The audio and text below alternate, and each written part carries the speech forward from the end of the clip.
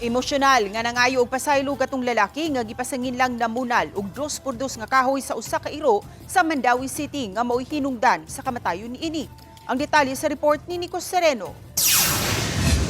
Sa barangay Kanduman na abtanamo kaganihang buntag, ang lalaking nagnegosyo og buwad nga gipasanginlan sa kamatayon sa iro nga si Cooper. Aminado siya sa nahitabo. Apan mipasabot nga mi aksyon kuno og hamag kaniya ang iro ni adtong higayuna. Inana ko na kabir diri.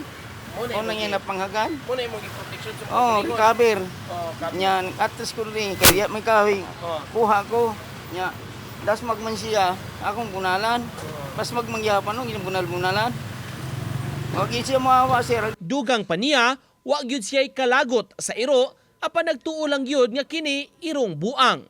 Gipakita pa niya ang laing iro nga magtambayan ilawom sa iyang estante nga matud pa pinakaon pagani niya. Minsahi niya sa tag-iya ni Cooper. Nangay ko pasay na pasalo ay ko mo kay niya mo ginisingit irong buang ma'am nya wa ko magtuo gi mauluto siya pagbunal nako. Nya mo taw nga kay namag masako diri nya paspas mo nakabunal. Karong hapon mipatawag og laing hugna sa hearing kabahin sa insidente ang Barangay Hall sa Kanduman. Wala pa namo ma-interview ang tag-iya ni Cooper. Apan sa social media post, padayon siya nga nanawagan og hustisya sa nahitabo ug desidido nga musang-at gyud og reklamo. Samtang si Mayor Jongki Uwano nagpakisayod sab sa insidente. Human siya mapahibaw kabahin niini.